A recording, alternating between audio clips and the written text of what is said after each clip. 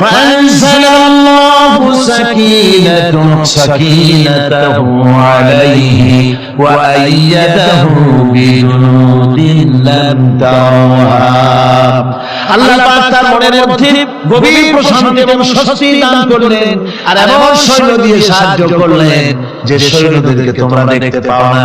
এভাবে করে রব্বুল আলামিন মুমিনদের বিপদে আপদে মুসিবতে সব সময় আল্লাহ পাক মুসলমানদেরকে সাহায্য করেছেন। জোরে বলেন সুবহানাল্লাহ।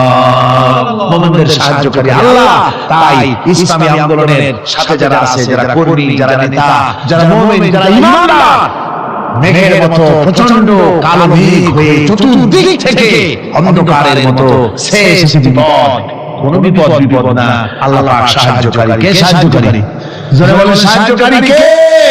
আল্লাহ সুবহানাহু ওয়া তাআলা। তিনি সাহায্যকারী, ভয় নাই। আল্লাহ পাকের উপরে ঈমান আনলে পরে কলিজার ভিতরে দুর্জয় সাহসের সৃষ্টি হয়ে যায়, কোন ভয়ন্তকরণে তারা থাকে না। আল্লাহ পাক সাহায্য করেন। আর আল্লাহর উপরে ঈমান আনলে পরে রব্বুল আলামিন বলেছেন, ইয়া আইয়ুহাল্লাযীনা আমানু হাল আদুল্লুকুম আলা তিজারাতিন তুনজিকুম মিন আযাবিন আলীম। এমন একটা ব্যবসার কথা কি বলবো না যে ব্যবসায় তোমাদেরকে জাহান্নামের আযাব থেকে বাঁচায় দেবে।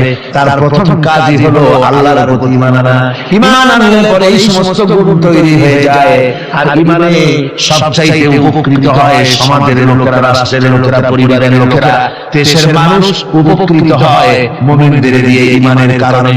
তার কারণ হলো একজন মুমিন, একজন ব্যক্তি যখন ঈমানদার হয়, মুমিন হয়ে যায়, আল্লাহর প্রতি যখন প্রগাঢ় বিশ্বাস তার এসে যায়, তখন সেই ব্যক্তি নৈতিকতার মান তার বেড়ে যায়। জোরে বলেন সুবহানাল্লাহ। নৈতিক চরিত্রের উপরে সে প্রতিষ্ঠিত হয়, সে মিথ্যা বলতে সাহস পায় না। মুমিন ব্যক্তি মিথ্যা বলতে সাহস পায় না। কেন পায় না? মিথ্যা বলতে সাহস পায় না, ঠকাতে সাহস পায় না, ওজনে কম দিতে সাহস পায় না, শয়তানি বদমাশি করতে সাহস পায় না। তার কারণ হলো আল্লাহ পাক বলে দিয়েছেন, মুমিন কোরআনের ভিতরে পড়েছে, ইয ইয়াতালাক্কাল মুতালাক্কিয়ানি আনিল ইয়ামিনি ওয়ালিশ শিমালি কাঈদ। দুজন নিয়ন্ত্রণকারী ফেরেশতা তোমার ডানে এবং বামে বসে বসে তোমাকে নিয়ন্ত্রণ করছে। কোথায় যাও, কি করো, এই ফেরেশতারা বসে বসে সব দেখতেছে। মা ইয়ালফিযু মিন কাওলিন ইল্লা লাদাইহি রাকীবুন আতীদ। মানুষ এমন কোনো কথা বলে না যা ফেরেশতারা রেকর্ড না করে, সব রেকর্ড হয়ে যায়। তাই মুমিন ব্যক্তি দায়িত্বহীন কথা বলতে পারে না। মুমিন ব্যক্তির চরিত্র ভালো হয়ে যায়। সে যে কথা বলে বুঝে শুনে কথা বলে, সে যে ওয়াদা করে বুঝে শুনে ওয়াদা করে। যেহেতু সবকিছুর জবাব কিয়ামতে দিতে হবে। কোথায় দিতে হবে? কোথায় দিতে হবে? কিয়ামতে আল্লাহর দরবারে জবাব দিতে হবে। মহান আল্লাহ রাব্বুল আলামিন বলেছেন, ওয়ালাকাদ খালাকনাল ইনসানা ওয়া না'লামু মা তুওয়াসবিসু বিহি নাফসু। মানুষ সৃষ্টি করেছি আমি, তার অন্তঃকরণের ভিতরে ওয়াসওয়াসা কি হয় আমি জানি। এই জন্য মুমিনেরা মনের ভিতরে কোনো খারাপ কল্পনা করতে পারে না। খারাপ কল্পনা করলেও তার হিসাব দেওয়া লাগবে আল্লাহর কাছে। কার কাছে? ওয়াইন তুবদু মিন আনফুসিকুম আও তুখফুহু ইউহাসিবুকুম বিহিল্লাহ। আল্লাহ বলেন, মনের মধ্যে যে সব কল্পনা করো তা প্রকাশ করো আর গোপন রাখো, ওইটার হিসাব পাবে আল্লাহ পাক। কিয়ামতের দিন আমার কাছে হিসাব দিতে হবে। বন্ধুগণ, এই জন্য মুমিন যারা, মুমিনদের চরিত্র প্রতিষ্ঠিত হয়, মুমিনদের ধারণা থাকে যেখানেই যাই না কেন, যেখানেই বসি না কেন, সেখানেই আল্লাহ, আল্লাহ ছাড়া কোনো জায়গা নাই। আছে নাকি? আছে। আল্লাহ পাক বলেন, মা ইয়াকুনু মিন নাজওয়া সালাসাতিন ইল্লা হুয়া রাবিউহুম। তোমরা যেখানে তিনজন মিলে পরামর্শ করো, মনে রেখো তিনজন নও, ওখানে চতুর্থ সত্তা আমি রব্বুল আলামিন তোমাদের কাছে আছি। সব শুনি আর দেখি। পাঁচজন যেখানে হও সেখানে আমি ষষ্ঠ। এর থেকে যদি কম হও, এর থেকে যদি বেশি হও, বান্দারে তুমি আছো যেখানে আমি আল্লাহ আছি সেখানে। উপায় নাই, সব জায়গায় আমি দেখতে পাচ্ছি। শুধু তাই নয়, রাত্রিবেলায় মানুষেরা গোপনে পরামর্শ করে না? করে কিনা? রাতে রাতে পরামর্শ করে, এক জায়গায় বসে, হলের মধ্যে, পাহাড়ের মধ্যে, কোন জায়গায় বসে পরামর্শ করে। কি পরামর্শ? ইসলামী আন্দোলনের লোকদের মারবে, কোথায় তাদের ধরবে, কোথায় তাদের অত্যাচার করবে, এই সমস্ত পরামর্শ করে। আল্লাহ পাক বলছেন, শুনুন, আল্লাহ রাব্বুল আলামিন বলেন, ওয়া হুয়া মাহুম ইয ইউবাইতুনা মা লা ইয়ারদা মিনাল কাউল ওয়া কানা আল্লাহু বিমা তা'মালুনা মুহীতা। আল্লাহ পাক বলেন, তিনি তো ঠিক সেই সময় তোমাদের কাছে থাকেন যখন তোমরা নিজেদের ঘরের মধ্যে বসে কোন এক জায়গায় বসে আল্লাহর মর্জির খেলাফ পরামর্শ করো, আল্লাহ তখন তোমাদের কাছে থাকেন। আল্লাহর হাত থেকে, আল্লাহর কর্তৃত্ব থেকে বেরিয়ে যাওয়ার কোনো উপায় নাই। সুতরাং গোপনে বলেন, প্রকাশ্যে বলেন, যেভাবেই যা কিছু করা হোক না কেন, আল্লাহর কাছে আমাদের সমস্ত অপরাধগুলি ধরা হয়ে যায়। আর এটাই হচ্ছে ঈমানের সীমা পরিসীমা। তিলকা হুদুদুল্লাহ ফালা তা'তাদুহা। তিলকা হুদুদুল্লাহ, এটাই হচ্ছে আল্লাহর সীমানা। ঈমানের এই সীমারেখা বজায় রেখে ঈমানের উপরে মজবুত করে কোন ব্যক্তি, পরিবার, সমাজ, রাষ্ট্র যদি তৈরি হয়, তাহলে সেই সমাজে শান্তি আসে, সেই সমাজে আরাম আসে, সেই রাষ্ট্র শান্তিপূর্ণ হয়, সেখানে দ্বীন কায়েম হয়, মানুষ সুখ সমৃদ্ধি খুঁজে পায়। রাসূলের প্রতি কি ভালোবাসা দেখেছেন হযরত উম্মে হাবিবা রাদিয়াল্লাহু তাআলা আনহা, আমাদের মা আবু সুফিয়ান রাদিয়াল্লাহু তাআলা আনহু, তার মেয়ে। তার কাছে আবু সুফিয়ান তখন কাফের, সেই কুফরি হালতে মেয়ের ঘরে গিয়েছেন। যাওয়ার পরে হযরত উম্মে হাবিবা বাপ যখন বসতে গিয়েছেন, তখন উম্মে হাবিবা বলছেন যে আব্বা একটু দাঁড়ান। এই অবস্থায় দাঁড়াতে বলে বিছানাটা উল্টায়া দিয়া তারপরে বললেন বসে। বাপ মনে খুব দুঃখ পেলেন। আবু সুফিয়ান বললেন, মা উম্মে হাবিবা, আমি তোমার পিতা, ভালো একটা বিছানা থাকলে তাই বিছানা দেওয়া উচিত ছিল, আর তুমি বিছানাটা উঠায় তারপরে আমার খালি জায়গায় বসতে বললা, আমি তোমার ব্যবহারে আহত হলাম। হযরত উম্মে হাবিবা বলেন, আব্বা জান, নিশ্চয়ই আপনি আমার আব্বা, শ্রদ্ধেয় পিতা, কোনো সন্দেহ হতে নাই, কিন্তু আপনি একজন কাফের। আল্লাহর রাসূল যে বিছানায় বসেন, সেই বিছানা আমি একটা কাফেরকে বসতে দিতে পারি না। সুবহানাল্লাহ। গভীর রাতে হযরত ফাতিমা রাদিয়াল্লাহু তাআলা আনহা ইন্তেকাল করলেন। কিছু সংখ্যক সাহাবীদের কাছে খবর দিয়া অল্প সময়ের ভিতরে জানাজার ব্যবস্থা করা হলো। হযরত আবু যর গিফারী রাদিয়াল্লাহু তাআলা আনহু কবরের ভিতরে নেমে গেলেন। কবরের ভিতরে নেমে গিয়া হযরত আবু যর বললেন, রে কবর, তোর ভিতরে আজকে কাকে রাখবো, তুই কি তা জানিস নাকি? কোন জবাব আসে না। হযরত আবু যর বললেন, কবরে তোর ভিতরে আজকে যাকে রাখবো তিনি হচ্ছেন হযরত ইমাম হাসান হোসেনের মা, বেহেশতের সমস্ত জওয়ানদের সরদার হবেন যারা, সেই দুইজনের মা তোর ভিতরে রাখবো, খবরদার বেয়াদবি করবি না। কোন জবাব না পেয়ে হযরত আবু যর বলেন, ও কবরের মাটি, তোর ভিতরে কাকে রাখবো কি জানিস? আসাদুল্লাহিল গালিব, দুনিয়ার সমস্ত কাফেরদের বিরুদ্ধে আল্লাহ রাব্বুল আলামিন যাকে বাদ বানিয়ে পাঠালেন, সেই হযরত আলী, তার স্ত্রী রেখে দেব, খবরদার বেয়াদবি করবি না। কোন জবাব আসে না। হযরত আবু যর বলেন, কবরের মাটি, তোর ভিতরে যাকে রাখবো তিনি হলেন খাতুনে জান্নাত, বেহেশতের সমস্ত মহিলাদের সরদারিনী হবেন যে ফাতিমা, তারে রেখে যাব তোর ভিতরে, খবরদার কোনো বেয়াদবি করবি না। আবার হযরত আবু যর বলেন, কবরের মাটি, তোর ভিতরে কারে রাখবো কি জানিস? তোর ভিতরে আজকে যাকে রেখে দিতেছি তিনি হলেন আখেরি জামানার পয়গম্বর বিশ্বনবী জনাবে মুহাম্মদুর রাসূলুল্লাহ সাল্লাল্লাহু আলাইহি ওয়াসাল্লামের কলিজার টুকরা মা ফাতেমাকে তোর ভিতরে রাখবো, খবরদার কবরের মাটি বেয়াদবি করবি না। কিতাবে এসেছে হযরত আবু যরকে বাড়ি শুনতে পেলেন, আওয়াজ এলো, কি যেন বলতেছে, রে আবু যর, আমি ফাতেমাকে চিনি না, হাসান হোসেনের মাকে চিনি না, আলীর স্ত্রী চিনি না, রাসূলের মেয়ে মা ফাতেমাকে চিনি না। আমল যদি ভালো হয় আমার ভিতরে, আমল ভালো নিয়ে আসবে, শান্তিতে থাকবে, আর আমল যদি খারাপ হয় আমার ভিতরে, তার অবস্থা চূড়ান্ত হয়ে যাবে। আমার ভাইরা, আমার বন্ধুগণ, আমলের উপরে ভিত্তি করে কিয়ামতের দিন নাজাত হবে। আমল যদি খারাপ হয়ে যায়, কিয়ামতের দিন কেউ তাকে বাঁচাতে পারবে না। এই জন্য কিয়ামতের ময়দানে হাসরের দিনে আল্লাহর হাবিব জনাবে মুহাম্মদ রাসূলুল্লাহ সাল্লাল্লাহু আলাইহি ওয়াসাল্লাম সিজদায় পড়ে কাঁদতে থাকবেন। আল্লাহ রাব্বুল আলামিন বলেন, হাবিব রে আপনি কাঁদেন কেন? আজকে তো আপনার কাঁদার দিন না, আমি আপনাকে মাকামে মাহমুদ দান করেছি, আমি আপনাকে কাউসার দান করেছি।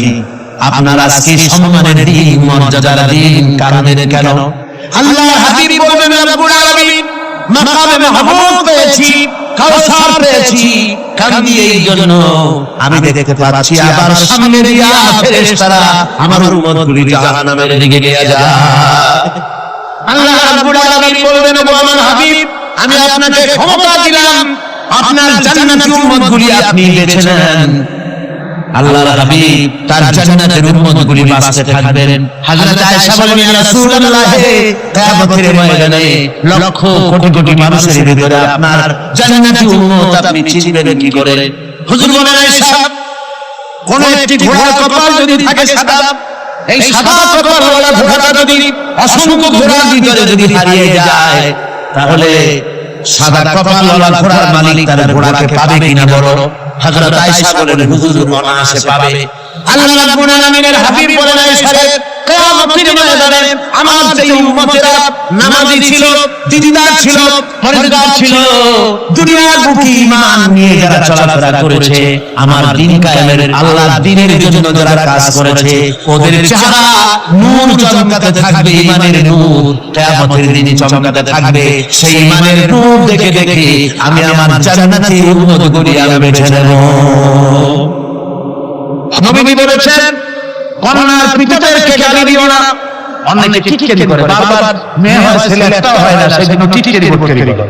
আল্লাহ নবী বলেছেন, মেয়ের পিতাকে গালি দিও না, ঠাট্টা করো না, যেহেতু আমি মুহাম্মদ রাসূলুল্লাহ সাল্লাল্লাহু আলাইহি ওয়াসাল্লাম, আমি মেয়েদের পিতা, আমি নিজে মেয়েদের পিতা।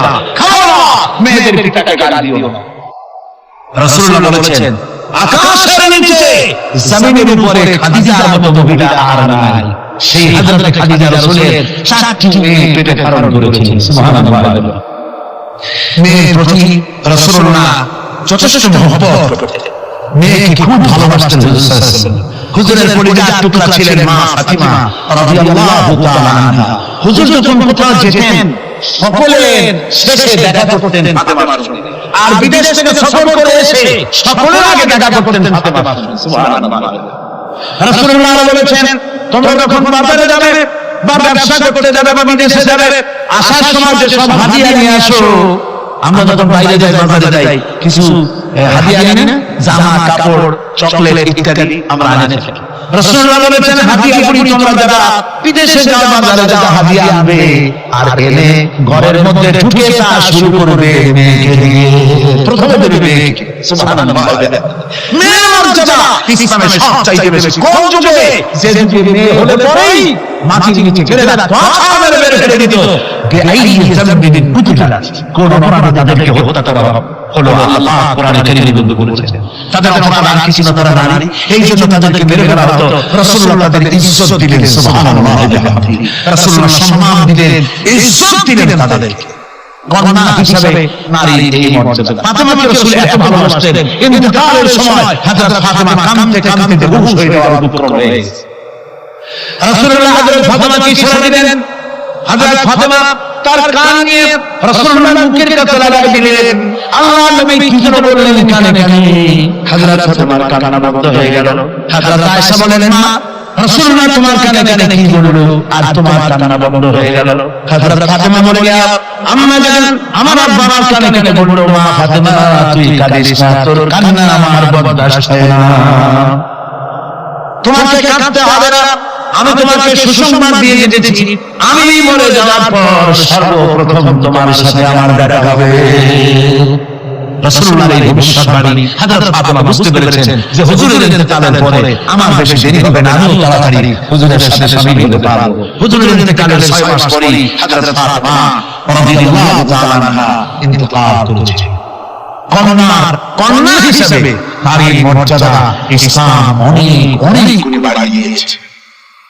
এই কন্যা শিশু কৈশোর যৌবন পেরিয়ে যখন যৌবনে তার বিয়ে হয়ে যায়, আল্লাহ রাব্বুল আলামিন তখন বলেন, ওয়া মিন আয়াতিহি أن خلق لكم من أنفسكم أزواجا لتسكنوا إليها وجعل بينكم مودة ورحمة আল্লাহ পাক বলেন আমার নিদর্শনের ভিতরে চরিত্র নিদর্শন যারা তোমাদের থেকে তোমাদের জোড়া তৈরি করেছে তোমাদের স্ত্রীদেরকে তৈরি করেছি তোমাদের সাথে তোমাদের স্ত্রীর ভালোবাসা সৃষ্টি করেছি মহব্বত সৃষ্টি করেছি এই মহব্বত আমি আল্লাহ তৈরি করেছি আর যখন বুড়ো হয়ে যায় মানুষ স্বামী স্ত্রী যখন বুড়ি হয় তখন আর ভালোবাসা থাকে না তখন ওই ভালোবাসা শরীরজাত করুণায় আমি আল্লাহ পরিণত করে দেই বুড়ার জন্য তখন বুড়ি ছাড়া উপায় নাই বুড়িরও আর বুড়া ছাড়া উপায় নাই তখন ভালোবাসা কোনো বিশেষ কোন অক্ষণীয় ভালোবাসা নয় তখন একের উপরে অন্য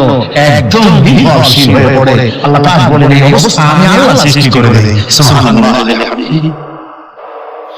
স্ত্রীকে রাসূলুল্লাহ কত ভালোবাসেন আল্লাহর নবী বলেছেন আমার কাছে তিনটা জিনিস প্রিয় একটা হচ্ছে সুগন্ধি একটা হচ্ছে নামাজ আর একটা হচ্ছে স্ত্রী সুবহানাল্লাহ স্ত্রী আমার কাছে প্রিয় হুজুর বলেছেন তোমাদের মধ্যে সেই ব্যক্তি উত্তম যে ব্যক্তি তার স্ত্রীর কাছে উত্তম আমি আমার স্ত্রীদের কাছে উত্তম ব্যক্তি সুবহানাল্লাহ রাসূলুল্লাহ স্ত্রীকে কত ভালোবাসতেন বিশ্বনবী রাজনৈতিক কর্মকাণ্ড চালাচ্ছেন যুদ্ধের দামামা বাজতেছে চতুর্দিকে কত অশান্তি সবকিছু চলছে স্ত্রীর হক আদায় করতে ভুলে যাননি রাতের বেলায় হযরত আয়েশার বয়স কম তাকে নিয়ে রাসূলুল্লাহ একটু সুযোগ পেয়েছেন বলছেন আয়েশা সব তো ঘুমিয়ে চলো আমরা একটু দৌড়াই উঠে দূরে একটা জিনিস দেখে না দৌড় দাও দেখি কি আগে যায় দুজনে দৌড় প্রতিযোগিতা করলেন দৌড় প্রতিযোগিতায় হযরত আয়েশা পাস করলেন হুজুর পিছনে পড়ে গেলেন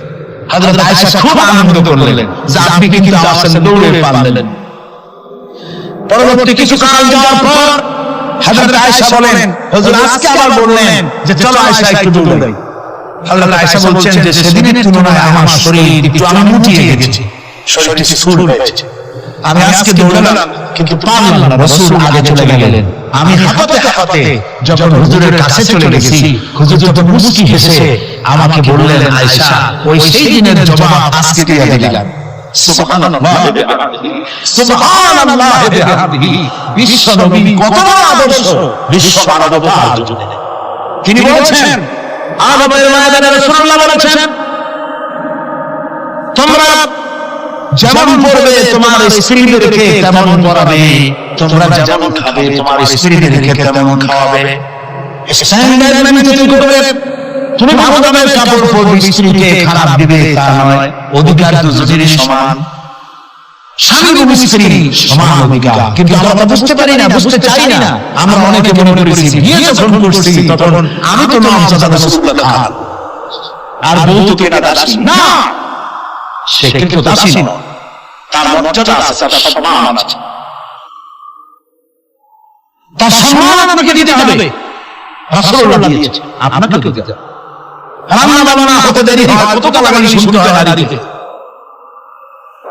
আল্লাহর নবীর স্ত্রী হযরত আয়েশা বলেছেন আল্লাহর নবী কাজ করে মানুষের সঙ্গে কথা বলে রাষ্ট্রীয় দায়িত্ব পালন করে ঘরের ভিতরে সে যখন দেখেছেন রান্না হতে দেরি আছে রাসূলুল্লাহ বিরক্ত হন নাই বুড়ো কুঞ্চিত করেন নাই চোখ মোটা করেন নাই আমাকে কোনো কথা শোনান নাই বরং আমার কাছে বসে রান্নায় আমাকে সহযোগিতা করেছেন সুবহানাল্লাহ এই হলো আল্লাহর রাসূল এই হলো বিশ্ব নবী স্ত্রীর সঙ্গে কি মহব্বত সুবহানাল্লাহ হুজুর মহব্বত করতেন স্ত্রীদেরকে রাসূলুল্লাহর ঘরে দৌলত ছিল না কিন্তু মহব্বত দিয়ে ভরা ছিল ঘরটা হুজুরের ঘরে ফ্রিজ নাই এসি নাই হুজুরের ঘরে কার্পেট নাই হুজুরের ঘরের মধ্যে জাজি নাই তোশক নাই বড় বড় কম্বল নাই আরামের কোনো জিনিস নাই মরাম নেই ঘুম নাই কিছু নাই দৌলত নাই কিন্তু মহব্বত দিয়ে ঘরটা ভরা হযরত আয়েশা বলেছেন আমি পানি পান করে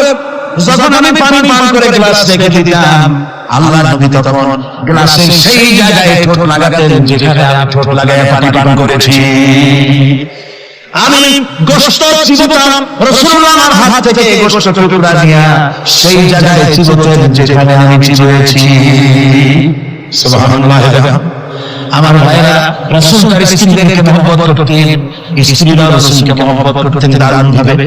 একবার হযরত আয়েশা সিদ্দিকা রাদিয়াল্লাহু তাআলা আনহা হুজুরকে গোসল করাতেছিলেন, মাথার উপরে পানি ঢালতেছেন, হুজুর একটা চোখের উপরে বা একটা তক্তার উপরে বসে আছেন। গোসলের পানির ভিতরে রাসূলুল্লাহ দেখতে পেলেন রক্তের মতো কি যেন প্রবাহিত হয়ে যাচ্ছে। হুজুর জিজ্ঞেস করেন, আয়েশা রে, পানির ভিতরে রক্তের মতো কি দেখা যায়? হযরত আয়েশা বলেন, হুজুর আপনি যখন বসেছিলেন অসতর্ক মুহূর্তে তক্তার নিচে আমার একটা আঙ্গুল পড়েছিল, পায়ের আঙ্গুলটা ফেটে বোধহয় রক্ত বের হয়েছে। রাসূলুল্লাহ তাড়াতাড়ি করে উঠলেন আর আঙ্গুলকে ব্যান্ডেজ করে দিলেন। রাসূলুল্লাহ বললেন, আয়েশা রে, আঙ্গুল ফেটে গেছে, একটু আহু পর্যন্ত করলে না, এতক্ষণ তুমি কষ্ট করলে কেন? হযরত আয়েশা বলেন, ইয়া রাসূলুল্লাহ, ওটা তো একটা পায়ের আঙ্গুল। আয়েশার কলিজা ফেটে যদি রক্ত বের হতো রাসূলুল্লাহকে উঠতে বলতে আমি পারতাম না। কি মহব্বত রাসূলের সাথে। হযরত আয়েশা বলেন, রাসূল সাল্লাল্লাহু আলাইহি ওয়াসাল্লাম স্ত্রীদেরকে এত ভালোবাসতেন, আমাদের ঘরে গোশত তেমন রান্না বান্না খুব কম হতো। গোশত রান্না হবে কি, মাসের পর মাস চলে গেছে রাসূলের বাড়িতে হুজুর স্ত্রীরা বলেন, আমাদের ঘরে চুলে আগুন জ্বলে নাই, একটু শুকনা রুটি, একটু শুকনা খেজুর আর একটু পানি খেয়ে আমাদের জীবন চলেছে, এরকম অবস্থা হয়েছে। তারপরে এই অবস্থা চলেছে, এর মধ্যে যদি কখনো একটু কষ্ট আসছে, হুজুর যখন ছাগলটা বলিতেন, ছাগল দুম্বা জবাহ করেছে, এই দুম্বার গোশত নিয়ে, ছাগলের গোশত নিয়ে রাসূলুল্লাহ নিজে বেরোতেন। হযরত খাদিজার বান্ধবী কোথায় আছে খুঁজে ওই বান্ধবীর কাছে গোশত পৌঁছে দিয়ে আসতে। হযরত আয়েশা বলেন, একদিন আমার ঘুম ভেঙে গেল, দেখি হুজুর আমার কাছে নাই, গেলেন কোথায়? খুঁজতে খুঁজতে যায় দেখি মসজিদের নববীর ভিতরে হুজুর হাত তুলে বসে আছেন, মুনাজাত করতেছেন। আমি পেছনে দিয়ে হাত তুললাম, আমি শুনতে পাচ্ছি নবীজি দোয়া করছেন, রব্বুল আলামিন কিয়ামতের ময়দানে যেদিন সন্তান তার পিতাকে ভুলে যাবে, মা তার সন্তানকে হারায় ফেলবে, ওই কঠিন হাসরের ময়দানে আমি যেন আমার খাদিজাকে হারাইয়া না যাই।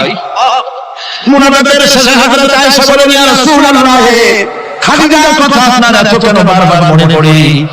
একটা বুড়িকে বিয়ে করেছিলেন 25 বছর বয়সের সময়, 40 বছর বুড়ি, তার কথা কেন এত মহব্বত আপনার মনে পড়ে? তার থেকে যুবতী মেয়ে সুন্দরী দেবীকে আপনার স্ত্রী হিসেবে আপনি পান নাই। হুজুর বলেন, আয়েশা, খাদিজার সম্পর্কে এমন কথা তুমি আর বলো না, তোমরা সবাই আমার সুখের বিবির স্ত্রী, আর খাদিজা আমার এমন সময় স্ত্রী ছিল যখন মক্কায় আমার আশ্রয় ছিল না, তামাম মক্কা নগরীতে আমার আশ্রয় ছিল না। খাদিজার সঞ্চিত সমস্ত ধনরাশি ইসলাম কবুল করার পর দুহাতে খাদিজা বিতরণ করে দিয়েছে। হযরত আয়েশা বলেন, হুজুর আমার গোসাকে maaf করে দেন, আমি আর এরকম বলবো না, তবে খাদিজার সম্পর্কে আমার কিছু একটু শোনান। হুজুর বলেন, আয়েশা সালাম, গভীর রাত যত রাত হোক না কেন ইসলামের দাওয়াত দিয়ে দিয়ে গভীর রাতে আমি যখন বাসায় ফিরেছি, ঘরে এসেছি, দরজায় একটা মাত্র ডাক দিয়েছি, খাদিজা, অমনি দরজা খুলে গেছে। আমি জিজ্ঞেস করেছি, খাদিজা রে, যত রাত্রে আসলাম, যতবার আসলাম, একটা ডাকের বেশি লাগলো না, তুমি কি ঘুমাও না? হযরত খাদিজা বলেছেন, ইয়া রাসূলুল্লাহ, আমার মনের ভিতরে ভয় থাকে, আল্লাহর রাসূল দিনের খেদমতে বাইরে আছেন, আমি যদি আরামে বিছানায় ঘুমায় থাকি আর নবীজি দরজার কাছে দাঁড়ায় আমার ডাকাডাকি করবে, উঠতে যদি দেরি হয়ে যায় নবীজির সঙ্গে বেয়াদবি হয়ে যাবে, এই মনে করে আপনি না আসা পর্যন্ত দরজার সাথে পিঠ লাগায় আমি দাঁড়ায় ঘুমাই। আমার ভাইরা, হযরত খাদিজার ইজ্জত স্বয়ং আল্লাহ দিয়েছেন। কে দিয়েছেন? হাদিস শরীফে এসেছে, রাসূলুল্লাহ জাবালে নূরে বসা, গায়ে হেরার ভিতরে বসা, হযরত জিবরাইল রাসূলুল্লাহর সঙ্গে কথা বলতেছেন। একটু পরে হযরত জিবরাইল বলেন, ইয়া রাসূলুল্লাহ, আমি আর এখানে বসবো না, আমি এখন চলছি, আমি দেখতে পাচ্ছি খাদিজা আসতেছে আপনার জন্য খাবার নিয়ে। খাদিজা যখন আপনার কাছে পৌঁছে যাবে, আপনি খাদিজাকে শোনায় দিবেন, আল্লাহ রাব্বুল আলামিন খাদিজাকে সালাম জানাইছে। সুবহানাল্লাহ।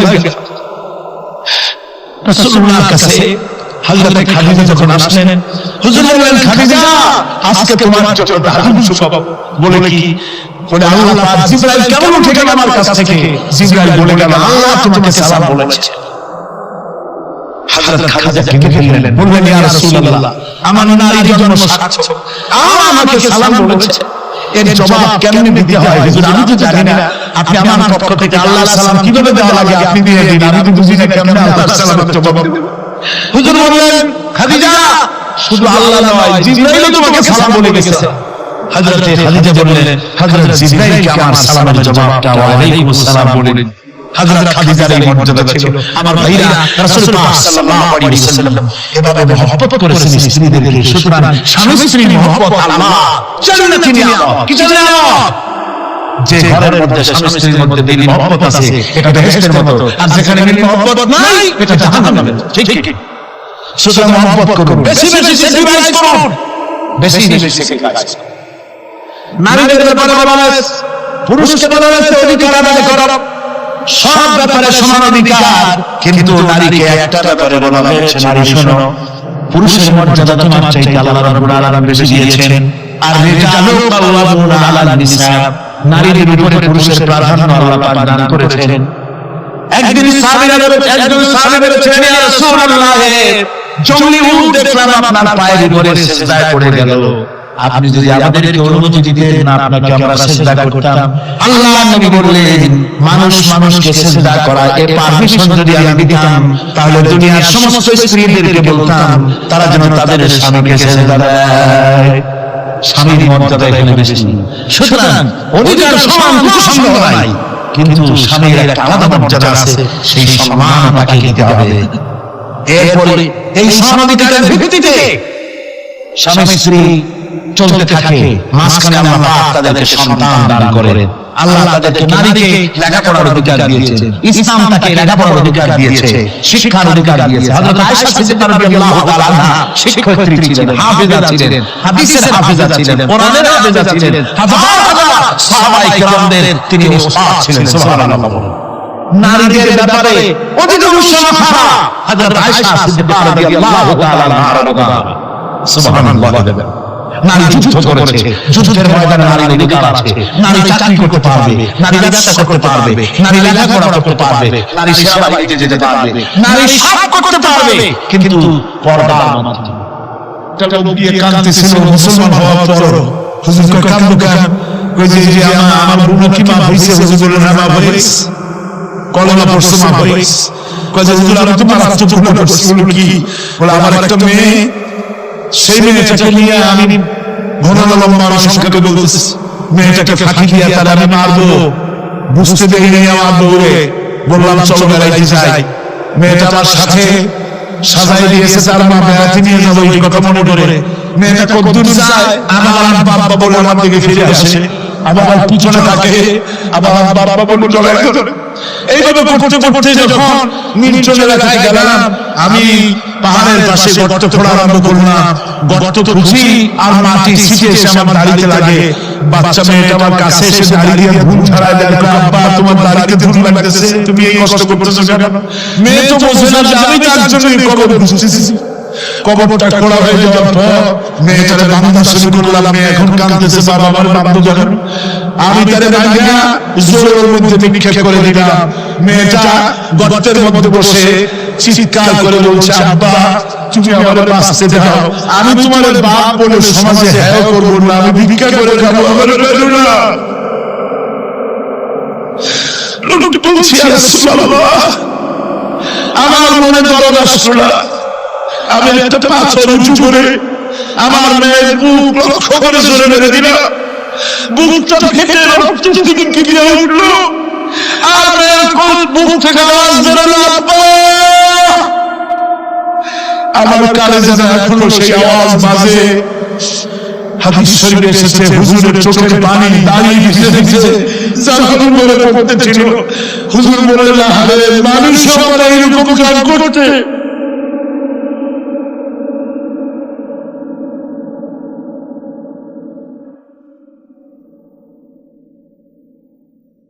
পৃথিবীতে নারীর যখন কোন সম্মান ছিল না, মর্যাদা ছিল না, সেই সময় আমার বিশ্বনবী নারীদেরকে সম্মানের হাত ধরে গর্তের ভিতর থেকে উঠায় রানীর সিংহাসনে বসায় দিলেন। সুবহানাল্লাহ। মায়ের মর্যাদা দিয়ে দিলেন। সুবহানাল্লাহ। নারীরা আমাদের মায়ের জাত, নারীরা আমার কি জাত? মায়ের জাত। আমার মা বোনেরা, তোমাদের সম্মান কত তোমরা জানো না। আমরা পুরুষ, আমাদের পায়ের তলে জুতা, আর তোমরা আমাদের মায়ের জাত, তোমরা নারী, তোমাদের পায়ের তলে আল্লাহর জান্নাত, আল্লাহর দেশ তো তোমাদের পায়ের তলে। এই সম্মান আল্লাহ তোমাদের দিয়েছে, নবী দিয়েছে। সুবহানাল্লাহ। ভাইরা আমার, অধিকার ইসলাম দিয়েছে। বিবাহ যখন হয়, এই বিবাহের সময় এজেন্ট আনতে হয়, আর বিবাহ হচ্ছে বিবাহ বৈঠক। এজেন্ট আনার জন্য ওই যে চিঠি কয় মেরে দিয়েছে মূল বিষয়, কার অনুমতি আগে নেয়? বলেন কার অনুমতি? তাহলে অধিকার ইসলাম পুরুষের দিল না মেয়ের অনুমতি দিল? আসলে ওদের কাছে যাও, মেয়েটাকে জিজ্ঞেস করো সেই বিবাহে রাজি আছে কিনা। সুবহানাল্লাহ পড়ে এই বিবাহে রাজি আছে কিনা জিজ্ঞেস করো, তার অধিকারে বেশি। এরপরে এই বিবাহ করার ব্যাপারে কত বৈষম্য। আজ বিবাহ করতে গেলে যৌতুকের প্রথা এসেছে। রাসূলুল্লাহ যৌতুক দিয়েছিলেন, ওটা যৌতুক না, ওটা উপহার, ওটা হাদিয়া। রাসূলুল্লাহ তোহফা দিয়েছিলেন হুজুরের জামাই। সুবহানাল্লাহ, কি জামাই? এক জামাই তো জিন্নুর আইন, যাকে ফেরেশতারা পর্যন্ত লজ্জা করতে জানে দেখে হযরত ওসমান রাদিয়াল্লাহু তাআলা আনহু। আরেকজন হযরত আলী কাররামাল্লাহু ওয়াজহাহু। হযরত আলী যার সম্পর্কে রাসূল পাক সাল্লাল্লাহু আলাইহি ওয়াসাল্লাম যাকে কত সম্মান দিয়েছেন, কত মর্যাদা দিয়েছেন, এই হলো হযরত আলী হুজুরের জামাই। আনা মদিনাতুল ইলম ওয়া আলী বাবুহা। আমি হলাম জ্ঞানের রাজ্য, আর আলী হলো সেই রাজ্যে প্রবেশের দরজা। সুবহানাল্লাহ। ভাইরা, এই হলো জামাই, আর মেয়ে পাখির জান্নাত, বেতের রাসূল, বেহেশতের সমস্ত রমণীদের সরদারিনী মা ফাতিমাতুজ জাহরা রাদিয়াল্লাহু তাআলা আনহা। কি উপহার দিলেন বিয়েতে রাসূল? এই মেয়ে আর এই জামাই। উপহার হলো খেজুরের ছোবড়ার একটা তোষক, পানি উঠাবার জন্য একটা মশক, আর আটা পিষা একটা জাতা। এই হলো নবীর মেয়ে আর জামাইয়ের জন্য উপহার। রাসূলের প্রতি কি ভালোবাসা দেখেছেন? হযরত উম্মে হাবিবা রাদিয়াল্লাহু তাআলা আনহা, আমাদের মা আবু সুফিয়ান রাদিয়াল্লাহু তাআলা আনহু, তার মেয়ে। তার কাছে আবু সুফিয়ান তখন কাফের, সেই কুফরি হালতে মেয়ের ঘরে গিয়েছেন।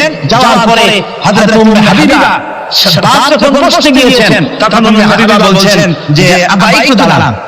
এই অবস্থায় দাঁড়াতে বলে বিছানাটা উল্টায় দিয়ে তারপর বললেন বসেন। বাপ মনে খুব দুঃখ পেলেন। আবু সুফিয়ান বললেন, মা উম্মে হাবিবা, আমি তোমার পিতা, ভালো একটা বিছানা থাকলে তাই বিছায় দেওয়া উচিত ছিল, আর তুমি বিছানাটা উঠায় তারপর আমার খালি জায়গায় বসতে বললা, আমি তোমার ব্যবহারে আহত হলাম। হযরত উম্মে হাবিবা বলেন, আব্বা জান, নিশ্চয়ই আপনি আমার আপা, শ্রদ্ধেয় পিতা, কোনো সন্দেহ এতে নাই, কিন্তু আপনি একজন কাফের। আল্লাহর রাসূল যে বিছানায় বসেন, সেই বিছানা আমি একটা কাফেরকে বসতে দিতে পারি না। সুবহানাল্লাহ। তিনজনের দোয়া কবুল হলেন আল্লাহর দরবারে। তার মধ্যে একজন হলেন মাজলুম ব্যক্তি, যে ব্যক্তি অত্যাচারিত, সে ব্যক্তি মুসাফির, প্রবাসী, তার দোয়া কবুল হবে। আর মা বাপ যদি সন্তানের জন্য দোয়া করে, ওই দোয়া আল্লাহ রাব্বুল আলামিনের দরবারে মঞ্জুর হয়ে যায়। আল্লাহ রাব্বুল আলামিন মা বাবা সম্পর্কে বলেন, মা বাবার জন্য আমার কাছে দোয়া করবি বান্দারা, আমার কাছে দোয়া করবি। দোয়াটা আল্লাহ শিখাচ্ছেন, রব্বিরহামহুমা কামা রাব্বায়ানি সগীরা। পড়েন সবাই, রব্বিরহামহুমা কামা রাব্বায়ানি সগীরা। একটু জিকির করেন, লা ইলাহা لا إله إلا الله لا إله إلا الله لا إله إلا الله لا إله إلا الله محمد رسول الله আমার ভাইরা, আল্লাহ পাক শিখাচ্ছেন, বান্দা তোর মা বাবার জন্য আমার কাছে দোয়া কর। আল্লাহ, আয় আমার প্রভু, আমার মা বাবা যেমন ছোটবেলায় আমাকে স্নেহের কোলে লালন পালন করেছে, আয় আমার আল্লাহ তুমি আমার মা বাবাকে তোমার রহমতের কোলে লালন পালন করো। আল্লাহ শিখিয়ে দিয়েছেন। আমার ভাইরা, প্রত্যেক নামাজের পরে এই দোয়াটা ভুলে যাবেন না, ভুলে যাবেন, ভুলে যাবেন। আমার ভাইরা, আমার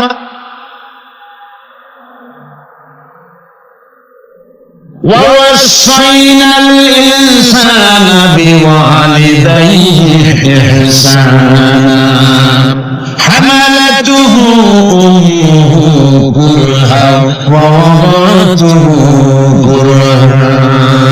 আল্লাহ পাক বলেন, আমি পৃথিবীর সমস্ত মানব মণ্ডলীকে উপদেশ দিয়েছি, মা বাপকে সম্মান করো, শ্রদ্ধা করো, তাদের উপকার করো। তার কারণ হলো তোমার মা তোমাকে গর্ভে ধারণ করেছে অত্যন্ত কষ্টের সাথে। আল্লাহ বলতেছেন, মা তোমাকে গর্ভে ধারণ করেছে অত্যন্ত কষ্টের সাথে, এরপরে তোমাকে ডেলিভারি করেছেন অত্যন্ত কষ্টের সাথে, তোমাকে ডেলিভারি করেছেন।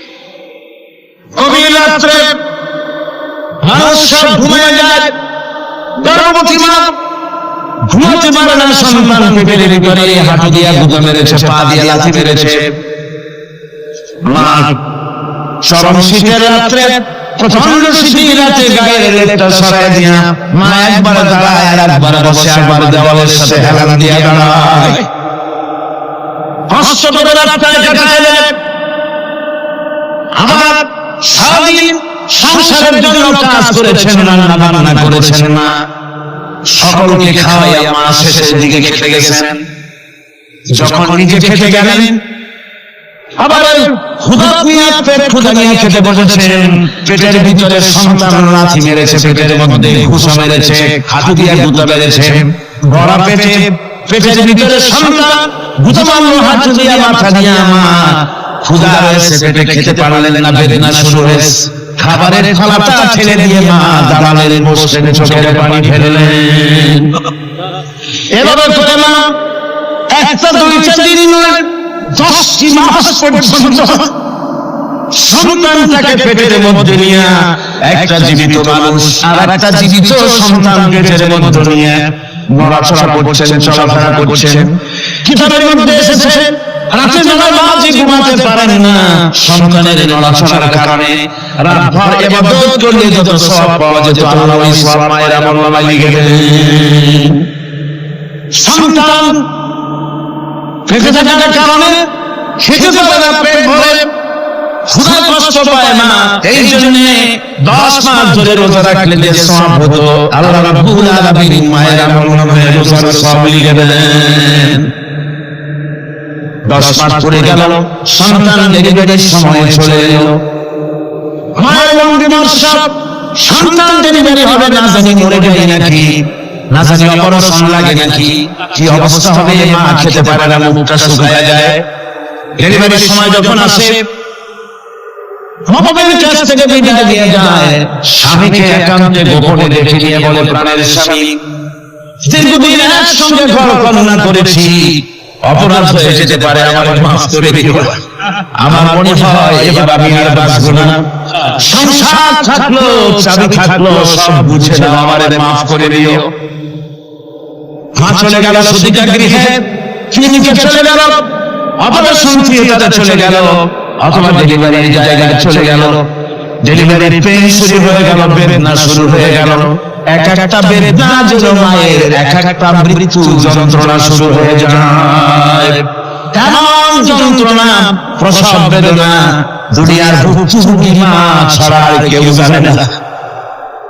এই চরম বেদনার ভেতর দিয়ে, চরম কষ্টের ভিতরে মা যখন একটা বাচ্চা প্রসব করলো, জিহাদের ময়দানের মতো মা রক্তাক্ত হয়ে গেলেন, সন্তান দুনিয়ায় এলো। মা তখন অস্থির থাকেন, এত বড় বিরাট কষ্টের ভিতরে আল্লাহ রাব্বুল আলামিন বলেন, সন্তান যখন ডেলিভারি হয়ে গেল, মায়ের মনের ভিতরে আমি তখন এই ফিলিংস, এই টেন্ডেন্সি জাগ্রত করে দিই, দেখ কি হয়েছে। মা তখন দেখতে চায় কি হয়েছে। মায়ের সামনে যখন এত কষ্টে হৃদয় বিমীর্ণ কলিজার 32টি নারী ছেঁড়া যন্ত্রণার সন্তান যখন মায়ের চোখের সামনে আসে, আল্লাহ পাক বলেন, মা যখন তার ছেলের মুখের দিকে তাকায়, মেয়ের মুখের দিকে তাকায়, আল্লাহ বলেন 10 মাসের পেটে ধরা কষ্ট আর ডেলিভারির সব কষ্ট মায়ের মুখ থেকে মুছে দেবে। আল্লাহ রাব্বুল আলামিন বলেন, খবরদার দুনিয়ার মানুষ, এমন মায়ের সাথে না ভালোবাসা করবি না, এই মায়ের সাথে না ভালোবাসা করবি না, মাকে সম্মান করবি, মার কাছে দোয়া চাবি। দুনিয়ায় যদি সম্মান চাও, রিসপেক্ট চাও, মায়ের পায়ে ধরে কাঁদো। মায়ের জাতি অনেক সম্মান পায়। রাসূল করিম সাল্লাল্লাহু আলাইহি ওয়াসাল্লামকে প্রশ্ন করা হয়েছে, হুজুর খেদমত করব কার? হুজুর বলেন, মায়ের। তারপরে কার? হুজুর বলেন, মায়ের। তারপরে কার? হুজুর বলেন, মায়ের। তারপরে কার? তোমার পিতা। 3 গুণ, তোমার মর্যাদা 3 গুণ বেশি, তোমার চাইতে মর্যাদা বেশি। সুবহানাল্লাহ বলে। আজকে ইসলামের ছাত্ররা তারা বলে যে ইসলাম নারীর অধিকার আদায় করে না, নারীর অধিকার ইসলাম দেয় না, তো কে দিয়েছে? আমার বন্ধুগণ, বিশ্বনবী জনাব মুহাম্মদ রাসূলুল্লাহ সাল্লাল্লাহু আলাইহি ওয়াসাল্লাম মসজিদে নববীর ভিতরে বসে আছেন। এক বৃদ্ধা মহিলা মসজিদের মধ্যে প্রবেশ করলেন। হুজুর বৃদ্ধাকে দেখে দাঁড়ায় গেলেন, বিশ্বনবী বুড়ি মেয়ে লোককে দেখে দাঁড়ায় গেলেন। আল্লাহর নবী বুড়িকে দেখে দাঁড়ালেন। বুড়ি যখন কাছে এলেন, আল্লাহর নবী নিজের গায়ের চাদর বুড়ির জন্য বিছায়া দিলেন। বুড়ি বসলেন। এরপরে কথাবার্তা সারার পর বুড়ি যখন বিদায় হবেন, হুজুর আবার দাঁড়ালেন। বুড়ি মহিলা চলে গেলেন। সাহাবায়ে কেরাম বলেন, ইয়া রাসূলুল্লাহ, কিছুই বুঝলাম না, একজন বৃদ্ধা মহিলার জন্য বিশ্বনবী দাঁড়ান আর গায়ের চাদর বিছান, আমরা বড় আশ্চর্য হয়ে গেলাম। নবীজি বলেন, ও আমার সাহাবীরা, তোমরা জানো এই মহিলা কি চিনতে পারো নাই?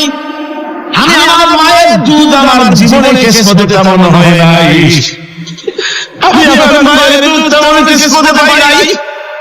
যার বুকে দুধ খেয়ে, যার কোলে কাঠে চড়ে আমি বড় হয়েছি, আমার সেই দুধ মা ইনি হযরতে হালিমাতুস সাদিয়া।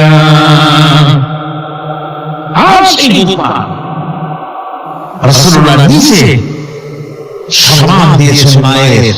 খবরদার মাকে অসম্মান করবেন না, মাকে সম্মান করবে, মাকে শ্রদ্ধা করবে। আমার বন্ধুগণ, আলেম ওলামা পীর বুজুর্গদের জন্য হাদিয়া তো দেন আপনারা, কোনো নিষেধ নাই, দেন। হাদিয়া দেওয়া সুন্নাত, নেওয়া সুন্নাত দিবেন, আমি কোনো নিষেধ করি না। কিন্তু আমি বলতে চাই, পীর বুজুর্গদের কাছে আমাদের কাছে হাদিয়া দিয়া আল্লাহর যত না খুশি করতে পারবেন, এই গালিব বেদানার মৌসুমে বেদানা একটা ভেঙে নিজ হাতে যদি মায়ের মুখে তুলে দেন, আল্লাহর আরশ খুশি হয়ে যাবে, আল্লাহর আরশ খুশি হয়ে যাবে, আল্লাহ পাক খুশি হয়ে যাবে। মায়ের খাও, বাপ খাও, তোমার সবচেয়ে বড় জিনিস। সুবহানাল্লাহ, সুবহানাল্লাহ। মা বাপ যদি একটু দোয়া করে দেয়, তোমার জিন্দেগি কাম শেষ। একটু দোয়া করলে জাহান্নামে যাবে। কোন বিশ্বাসপত্র দোয়া করলে জাহান্নামে যাবে এমন কথা নয়, কোন দোয়া করলে জান্নাতে যাবে এমন কথা নয়। রাসূল বলেছেন, হুমা জান্নাতুকা ওয়া নারুকা। মা বাপ তোমার বেহেশত, মা বাপ তোমার জাহান্নাম। মা বাপ যদি অসন্তুষ্ট হয়, দুজকে যাবি, আর মা বাপ যদি খুশি হয়, জান্নাতে চলে যাবি। সুবহানাল্লাহ, সুবহানাল্লাহ, সুবহানাল্লাহ। মায়ের পায়ের তলে করবে। আমরা পুরুষ, আমাদের গত বছর বলেছি, আমরা পুরুষ, আমাদের পায়ের তলে জুতা, আমাদের পায়ের তলে কি? শুধু জুতা। আর আমার মা, আমার মায়ের জাতি যারা এই প্যান্ডেলে বসে আছে, আমার মায়েরা বোনেরা, মায়ের জাতি যারা পৃথিবীতে, মায়ের জাতি পায়ের তলে আল্লাহর বেহেশত। সুবহান। নারীর মর্যাদা ইসলাম দেয় নাই, কে দিয়েছে? আল্লাহ দিয়েছেন, আল্লাহ রাসূল দিয়েছেন। আর আমার মা, আমার মায়ের জাতি যারা এই প্যান্ডেলে বসে আছে, আমার মায়েরা বোনেরা, মায়ের জাতি যারা পৃথিবীতে, মায়ের জাতি পায়ের তলে আল্লাহর বেহেশত। সুবহান, নারীর মর্যাদা ইসলাম দেয় নাই, কে দিয়েছে? আল্লাহ দিয়েছে, আল্লাহ রাসূল দিয়েছে। আমার বন্ধুগণ, হযরত বাইজিদ বুস্তামি ছোট বাচ্চা ছেলে, গভীর রাতে মা অসুস্থ, পানির পিপাসায় জেগে উঠেছেন। বাবার পিপাসায় শেষ হয়ে গেলাম, পানি দাও। ছেলে ঘরের ভিতরে পানি না পেয়ে বাইরে দৌড়াদৌড়ি করলেন। অনেক দূর থেকে পানি নিয়ে এসে দেখেন মা ঘুমায় গেছেন। পানি নিয়ে দাঁড়ানো পৌষ মাস, মাঘ মাসের শীতের রাত, ফজরের সময় মায়ের ঘুম ভেঙে গেল। তাকিয়ে দেখেন বাইজিদ দাঁড়ানো, হাতে পানি থরথর করে কাঁপছে। জিজ্ঞাসা করে, বাইজিদ তুমি দাঁড়ানো কেন? ছোট্ট বাচ্চা বলে, মা পানি চেয়েছিলে তুমি গভীর রাত্রে, পানি ঘরে ছিল না, অনেক দূর থেকে আনতে হয়েছে। মা বলছে, ঘুমাও নাই কেন গেলাস ছিয়া? বাচ্চা বলে, ঘুমাই নাই। তুমি যদি আবার পানি চাও সময় মতো যদি দিতে না পারে, মা তো তোমার কষ্ট হবে। এই জন্য ফজর পর্যন্ত আমি দাঁড়ায় আছি, কখন তুমি পানি চাও। মা হাতের থেকে পানি নিয়ে পান করলেন। বাইজিদকে বিছানার উপরে আরাম করে কম্বল দিয়ে ঘুম পড়াইয়া দিলেন। হযরত বাইজিদের মা ওযু করে ফজরের নামাজ পড়ে সিজদায় চলে গেলেন। চিৎকার করে কেঁদে বলেন, আমার রব, আমার আল্লাহ, আমি আমার বাইজিদের মা, আমি মা হয়ে বাইজিদের জন্য দোয়া করি। বাইজিদ আমার জন্য আজকে যা করেছে, আমি মা, আমার কলিজা ঠান্ডা হয়ে গেছে। হায় আল্লাহ, আমি বাইজিদের জন্য দোয়া করি, তুমি তাকে সুলতানুল আরিফিন বানাইয়া দিও। মসজিদ হয়ে গেল আল্লাহ পাকের কাছে দোয়া। আমার ভাইরা, আল্লাহ পাক বলছেন, খবরদার আমার ইবাদতের পরে মা বাবা, আল্লাহর ইবাদতের পরে কারা? মা বাবা। মা বাবাকে সম্মান করো, শ্রদ্ধা করো, মহব্বত করো, কিসমত খুলে যাবে, কিসমত খুলে যাবে। মা বাবাকে সম্মান করো। হযরত আবু হুরায়রা রাদিয়াল্লাহু তাআলা আনহু রাসূলের সামনে এসে কাঁদতেছেন। হুজুর বলছেন, আবু হুরায়রা কাঁদো কেন? কাঁদো কেন? রাতের বেলা কাঁদো কেন? হযরত আবু হুরায়রা বলছেন, হুজুর আমাকে মা মেরেছে। হুজুর বলছেন, মা মারলো কেন? কোন অপরাধ করেছো? কোন গোস্তাখি করেছো? আবু হুরায়রা বলছেন, না হুজুর, কোন গোস্তাখি করি নাই, তবে মারলো কেন? হযরত আবু হুরায়রা বলছেন, হুজুর আমি আপনার দরবার থেকে শিখতে রাত হয়ে গিয়েছিল। মা জিজ্ঞেস করলেন, আবু হুরায়রা এত রাত্রে কোথায় ছিলেন? বললাম, আমি ছিলাম যে কদম চুমতে পারলে দুনিয়া ধন্য হয়, সেই দরবারে নবীর কদম মোবারক থেকে আসতে আমার দেরি হয়েছে। আমার নাম মুশরিকা, আপনার নাম শয়তানের গায়ে আগুন জ্বলে উঠলো, আমাকে ধরে মারা আরম্ভ করলো। বলল, হয় আমার বাড়ি ছাড়বি, আর না হয় মুহাম্মদ সাল্লাল্লাহু আলাইহি ওয়াসাল্লামের দরবার ছাড়বি। আমি বললাম, আমার মা, তুমি মনে মানুষ, তোমার গায়ে যত শক্তি আছে সমস্ত শক্তি দিয়ে আমারে পিটাও, আমারে মারো। মারতে মারতে আমাকে বাড়ি থেকে তুমি বের করে দাও। তোমার বাড়ি শুধু তামাম দুনিয়া ছেড়ে দিতে পারি, আল্লাহর নবীর কদম মোবারক ছেড়ে দিতে পারি না। হুজুর, আমার মা আমাকে গলা ধাক্কা দিয়ে বের করে দিয়েছেন। হুজুর বলছেন, আবু হুরায়রা, তোমার মা তোমাকে মেরেছে, তুমি আমার কাছে নালিশ করছো? আমার তো এখানে ইন্টারফেয়ার করার কিছু নেই। সুবহানাল্লাহ, সুবহানাল্লাহ, মা তোমাকে মেরেছে, এখানে আমার করার কিছু নাই। বিশ্বনবী বলছেন, এত বড় পাওয়ারফুল নবী, লেজিসলেটিভ পাওয়ার, সারা আল্লাহ তাকে বানিয়েছেন শরীয়ত প্রণেতা। কোরআন শরীফ, কোরআন শরীফে শুধু হালাল ও হারামের, হালাল এবং হারামের, বৈধ এবং অবৈধের সীমারেখা শুধু কোরআনই ঠিক করেন, রাসূলের জন্য আল্লাহ ছেড়ে দিয়েছেন। আল্লাহ রাসূল হারাম, হালাল এবং হারামের বৈধ, বৈধতা অবৈধতার সীমারেখা নির্ধারণ করেছে। এত বড় ক্ষমতা, এত বড় পাওয়ারফুল বিশ্বনবী, তিনি বলছেন, মা মেরেছে, আমার করার কিছু নাই। চিন্তা করেন কত বড় কথা, এ কথা লোড কত। হযরত আবু হুরায়রা বলেন, ইয়া রাসূলুল্লাহ, মা কে মেরেছেন, আমি আল্লাহর নবীর কাছে মায়ের বিরুদ্ধে নালিশ করতে আসি নাই। বললেন কেন এসেছো? হযরত আবু হুরায়রা বলেন হুজুর এসেছি একটা কারণে। আমি জানি আল্লাহর নবী যদি আল্লাহর দরবারে হাত উঠায়া কোনো জিনিস বলে আল্লাহ রাব্বুল আলামিন সঙ্গে সঙ্গে মঞ্জুর করে নেন। হুজুর আমি এসেছি, মেহেরবানি করে দোয়া করুন আমার মাকে যেন আল্লাহ হেদায়েত নসিব করে দেন।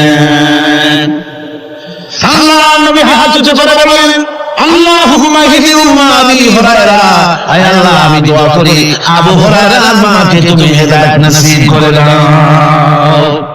রাসূলুল্লাহ দোয়া করছেন আর আবু হুরায়রা সমানে দৌড়াচ্ছে। তিনি দৌড়াচ্ছে, পিছন থেকে কয়েকজনে আবু হুরায়রার জামা টেনে ধরেছে। তাদের জানা আবু হুরায়রা খুব ভদ্রলোক মানুষ, কোন ঝামেলার মধ্যে থাকে না, রাগ করে না, চিৎকার মারে না, দৌড় মারে না, এত ভদ্র সেই দৌড়ে না জানি কোন বিপদ ঘটে গেছে। পিছন থেকে জামা টেনে ধরে বলে দৌড়াও কেন? হযরত আবু হুরায়রা জামা সাহাবীর হাত থেকে ছিনিয়ে নিয়ে বলেন জামা ছেড়ে দাও, আমাকে দৌড়াতে দাও। আমি দৌড়ায়া বাড়ি গিয়ে দেখতে চাই আমি দৌড়ায় আগে আমার বাড়ি পৌঁছতে পারলাম না, আমি যাওয়ার আগে আমার আল্লাহর নবীর দোয়া আমার বাড়ি পৌঁছে গেছে। আমি এসে দেখতে চাই। হযরত আবু হুরায়রা বাড়িতে গিয়ে দরজা নক করলেন, ভেতর থেকে আওয়াজ যেন কে? হযরত আবু হুরায়রা বলেন মা আমি তোমার আবু হুরায়রা ফিরে এসেছি। মা বলছেন বাবা অপেক্ষা করো, দরজা খুলতেছি। হযরত আবু হুরায়রা বলেন মায়ের গলার আওয়াজের ভিতরে শিরকিয়াতের কর্কশতা পেলাম না, মায়ের গলার আওয়াজের ভিতরে তাওহীদের গন্ধ পেলাম। আমার মনে হলো নবীজির নিরীক্ষিত তীর তার নিশানায় পৌঁছে গেছে। কিছুক্ষণ পর আমার বেরিয়ে এলেন, মাথা থেকে চুলের থেকে বুড়ি মানুষ, সাদা চুলের ভিতর থেকে পানি পড়তেছে। মা বলল বাবারে তোমার মারার পর আমি বড় অনুতপ্ত হয়েছি, অনুশোচনা করেছি, আমি গোসল করেছি, মনে মনে ভাবলাম আমার ছেলে কোনো খারাপ জায়গায় যায় নাই, কেন তারে মারলাম? আমি বড় লজ্জায় পড়েছি তোমার মেরে। ও আমার আবু হুরায়রা আমি গোসল করেছি, পবিত্র হয়ে গেছি, জলদি করে আমাকে নিয়ে চলো বিশ্বনবী জনাব মুহাম্মদুর রাসূলুল্লাহর দরবারে। হযরত আবু হুরায়রা মা ঘোষণা করলেন আশহাদু আল্লা ইলাহা ইল্লাল্লাহু ওয়াহদাহু লা শারীকা লাহু ওয়া আশহাদু আন্না মুহাম্মাদান আবদুহু ওয়া রাসূলুহু। আমার ভাইরা, মা বাবা সবচেয়ে সম্মানের জিনিস। আল্লাহর ইবাদতের পরই মা বাবার খেদমত করতে হবে। আল্লাহ পাক বলছেন বান্দারে দেখ মায়ের ক্ষেত্রে আল্লাহ মায়ের বুকের মধ্যে মহব্বত পয়দা করলাম, এত মহব্বত দিলাম তোর উপরে, যেকোনো বিদেশে যান যেখানে যান বাড়িতে ফিরলে পরে সকলে ছেলে মেয়ে ভাই বোন সবাই দেখবে সুটকেসে আমার জন্য আনছে কি। সবাই চিন্তা করবে আমার জন্য কি এনেছে। একমাত্র মা সন্তানের মুখের দিকে তাকাবে কখন খাইছে। সুবহানাল্লাহ সুবহানাল্লাহ, আমার বাসার মুখখানে শুকনা, তুই বুঝি আজকে কিছু খাইস না। বিদেশে যেসব সন্তান থাকে মা টাকা কবুতরের মতো ছটফট করে। আমার ছোটবেলার কথা আমি দেখেছি শ্বশুরের মাদ্রাসা পড়তাম, আব্বা টাকা দিতেন মাদ্রাসায় যাওয়ার সময়, আবার মা আবার মুরগির ডিম বিক্রি করা, বিভিন্ন জিনিস বিক্রি করা বা বাজার করা পয়সা, উদ্বৃত্ত কিছু পয়সা আব্বার অজান্তে আমার হাতের মুঠার মধ্যে দিয়ে দিতেন। যখন মাদ্রাসার দিকে রওনা হয়েছি পর্দা আড়াল থেকে দরজা থেকে দেখতাম, যতক্ষণ তাকায় দেখতেছি চোখ থেকে পানি দরদর করে পড়তেছে। সুবহানাল্লাহ, মা কি জিনিস! আল্লাহ আল্লাহ আল্লাহ। বিদেশে যদি কারো সন্তান মারা যায় সবাই জানার আগে কবি বলতেছেন বিদেশে রাজ্যে যার পুত্র মারা যায় পশু পক্ষী না জানিতে আগে জানে মা। মায়ের কই না তারে তাও লাগে না, মা বুঝতে পারে আমার সন্তান জানাই। আহারে মা, আমার বন্ধুগণ, মা যারা বেঁচে আছে বেয়াদবি করেছেন পাও ধরে মাপ নিয়ে নেবেন, পাও ধরে মাপ নিয়ে নেবেন। মা তো পাও ধরে দেখবেন মাপ করে দেবেন। সুবহানাল্লাহ সুবহানাল্লাহ, কত দরদ তাদের মধ্যে। আর মা বাবাকে সম্মান করবে। যাক, এই বিষয় বলে আমি আর যেতে চাই না। সত্যি আপনাদের বললাম, এই বিশাল জনতাকে বললাম সবচাইতে বড় পীর আপনার জন্য আপনার বাবা। সবচেয়ে বড় পীর কে? মা বাবা।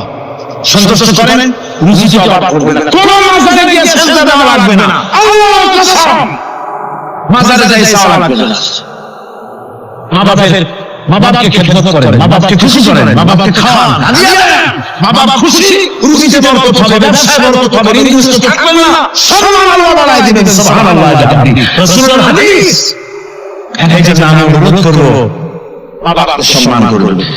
ওয়াসি বুঝতে পেরেছি মুহাম্মদ সাল্লাল্লাহু আলাইহি ওয়াসাল্লাম আল্লাহর রহমত, করুণার নবী, দয়ার নবী, তার কাছে যদি আমি যেতে পারি তাহলে তিনি আমার সম্পর্কে যদি তার সামনে যেতে পারি তাহলে তার কঠোর মনোভাব আমার প্রতি নরম হয়ে যাবে। এই মনে করে সাহাবায়ে কিরামদের চোখ এড়ায়া তিনি হুজুরের সামনে গিয়ে হাজির হয়ে গেলেন। হুজুর তাকে দেখি বললেন, তোমার নাম নওয়াসি? তিনি বললেন, আমার নাম নওয়াসি। হুজুর বললেন, তুমি আমার চাচাকে শহীদ করেছো। ওয়াসি বললেন, জাহালাতের কারণে তা করেছি। হুজুর বললেন, কেমনে শহীদ করেছো আমার চাচাকে, আমার একটু শোনাও। ওয়াসি বলতে লাগলেন, আমি বর্ণনা দিয়ে হযরত হামজার শরীরকে এফড় বড় করে দিয়েছি, তারপরে তার বুকে খঞ্জর দিয়ে ফেলে বুকের ভিতর থেকে কলিজাটা বের করে নিয়ে আমি হাতে দিয়ে দিয়েছি হেন্দাই কলিজা চিবিয়ে খেয়েছি। রাসূল পাক সাল্লাল্লাহু আলাইহি ওয়াসাল্লাম হাদিস শরীফে এসেছে, ওয়াসির বর্ণনা যখন তিনি শুনতেছিলেন রাসূলের চোখ থেকে তখন পানি পড়ে দাড়ি মোবারক ভিজে ভিজে পড়তেছিল। ঘটনা শোনার পর রাসূলুল্লাহ বললেন, ওয়াসি তুমি কি চাও? ওয়াসি বললেন, আমি ইসলাম কবুল করতে চাই। হুজুর তাকে মুসলমান বানালেন, বললেন, তুমি মুসলমান হলে কিন্তু সব সময় তুমি আমার সামনে আসবে না, তার কারণ তোমাকে দেখলে পরে আমার মনের ভিতরে আমার চাচার কথা মনে উঠে যাবে। আমি আমার আব্বাকে পাই নাই, আব্বার স্নেহ যত্ন আমার কিসমতে তেমন হয় নাই। আমার চাচা হামজা আমাকে পিতার মতো করে আমাকে স্নেহ করেছে, তোমাকে দেখলে পরে তার কথা মনে পড়বে, সুতরাং তুমি সবসময় আমার সামনে আসবে না। ওয়াসি সেদিন শপথ নিয়েছিলেন, রব্বুল আলামিন আমি জাহালাতের কারণে যেই বর্ণনা দিয়ে একজন শ্রেষ্ঠ সন্তানকে আমি শহীদ করে ফেলেছিলাম, আমি বুঝতে পারি নাই ওই বর্ণনাটা আমি হেফাজতে রেখে দিয়েছি।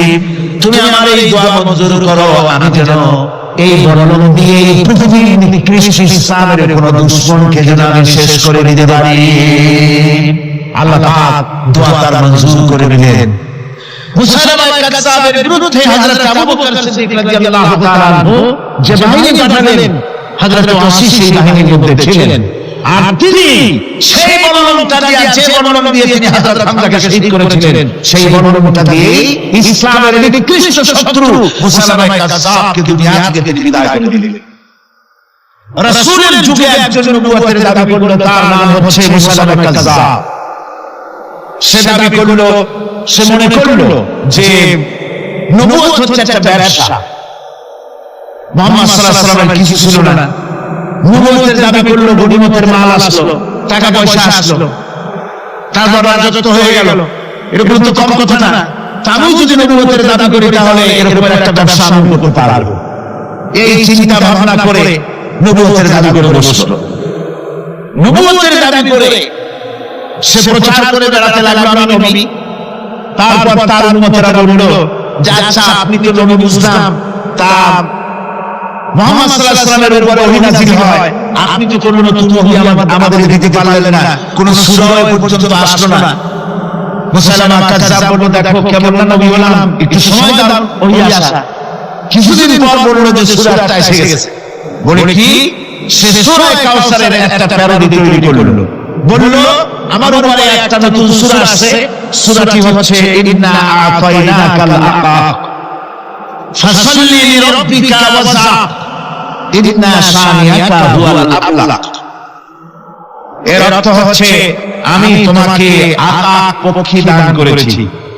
আর আকাক পক্ষী বলা হয় হুতুম পেঁচাকে। ও যে কায়দার নবী, পাখিটাও পাইছে সেই কায়দারই। তারপরে ফাসাল্লি লিরাব্বিকা ওয়াজা, সুতরাং তোমার প্রভুর উদ্দেশ্যে নামাজ পড়ো আর জোরে সোরে চিৎকার করো। মনে রেখো তোমার দুশমন হবে শ্বেত এবং কৃষ্ণ বর্ণে। এর না আছে কোনো গোড়া, না আছে মাথা, না আছে কোনো অর্থ, না আছে কিছু। এই জাতীয় সূরা দেখা উম্মতেরা বলল কি যে আশ্চর্য কথা, মুহাম্মদ সাল্লাল্লাহু আলাইহি ওয়াসাল্লামের উপরে যে সূরা নাযিল হয়েছে তা পড়তে কত সুন্দর, কত ভাব গম্ভীর, আর এর কি একটা সূরা নাযিল হলো, তারা নিজেরা বলা করলো। আর একবার বলল মুসাইলামাকে, তারা বলল মুহাম্মদ সাল্লাল্লাহু আলাইহি ওয়াসাল্লাম তাকে তার উম্মতেরা তাদের বাগানে নিয়ে যায়, নিলে পরে যে বাগান থেকে তিনি যান গাছে খরমা না থাকলে খরমা হয়ে যায়, কোন পানি শূন্য কুয়ার কাছ থেকে গেলে তার বরকতে কুয়ায় পানি চলে আসে। তো আপনি এরকমের কিছু আমাদের দেখান। বলল আমাদেরকে আমাকে তোমরা এভাবে নিয়ে যাও। তখন তাকে নিয়ে যাওয়া হলো। দেখলো উম্মতেরা যে এমনই পোড়া বলে এক নবী তাদের বাগে উঠছে, যে বাগান দিয়ে যায় গাছে খরমা থাকলে খরমা পড়ে যায়, নষ্ট হয়ে যায়, আর কোন পানিওয়ালা কুয়ার কাছ থেকে হাঁটলে সে কুয়া থেকে পানি শেষ হয়ে যায়। এরপরে তার সাহস বাড়লো।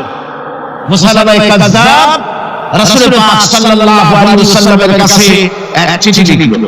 সে চিঠির ভাষা ছিল মিন মুসাইলামা রাসূলুল্লাহ ইলা মুহাম্মাদুর রাসূলুল্লাহ সাল্লাল্লাহু আলাইকুম আম্মা বাদ ফাইন্নী আশরাকতু ফিল আমর ওয়া ইন্না লানা নিসফাল আমর ওয়া লিকুরাইশিন নিসফাল আমর ওয়ালাকিন্না কুরাইশান কওমুন ইয়াতাদুন। সে চিঠি লিখল যে মুসাইলামা আল্লাহ রাসূলের পক্ষ থেকে নাউজুবিল্লাহ মুহাম্মদ সাল্লাল্লাহু আলাইহি ওয়াসাল্লামের কাছে এই চিঠি পাঠানো হচ্ছে। ফাইনি কাদ আশরাকতু ফিল আমরি মাক, আমি হচ্ছি আপনার নবুয়তের একজন অংশীদার। এই হিসাবে পৃথিবীর অর্ধেক হচ্ছে আমার আর অর্ধেক হচ্ছে কুরাইশদের, কিন্তু কুরাইশরা বিষয়টা বুঝতে না পেরে আমার সাথে বাড়াবাড়ি করতেছে। হুজুর সাল্লাল্লাহু আলাইহি ওয়াসাল্লাম এই চিঠির জবাব দিলেন। হুজুর লিখলেন বিসমিল্লাহির রহমানির রহিম মিন মুহাম্মাদুর রাসূলুল্লাহ সাল্লাল্লাহু আলাইহি ওয়াসাল্লাম ইলা মুসাইলামাতিল কাযযাব আসসালামু আলা মান ইত্তাবা'আল হুদা আম্মা বা'দ ফাইনাল আরদা লিল্লাহি ইউরিসুহা মিন ইবাদিহি ওয়াল আকিবাতু লিল মুত্তাকিন। রাসূল সাল্লাল্লাহু আলাইহি ওয়াসাল্লাম লিখলেন এই চিঠি যাচ্ছে মুহাম্মদ সাল্লাল্লাহু আলাইহি ওয়াসাল্লামের কাছ থেকে মুসাইলামা কাযযাবের কাছে। শুনে রাখো, শান্তি বর্ষিত হোক তার প্রতি যিনি হেদায়েত প্রাপ্ত। এই পৃথিবীর উত্তরাধিকারী হচ্ছে কেবলমাত্র আল্লাহ পাকের সেই সব বান্দারা যারা নাকি আল্লাহর গোলাম, আল্লাহর একান্ত আল্লাহর আইন এবং কানুনকে মেনে যারা চলে, আর পরকাল হচ্ছে সেই সমস্ত লোকদের জন্যই। মুসাইলামা কাযযাবের মুয়াজ্জিন যারা, তারাও জানতো, মনে করতো তারাও জানতো যে লোকটা মিথ্যেবাদী। তো কিছু মাল পানি পাওয়া যায়, টাকা পয়সা পাওয়া যায়, সাথে থাকলে কিছু খাওয়াটাও যায়, এই জন্য তার সাথে থাকতো।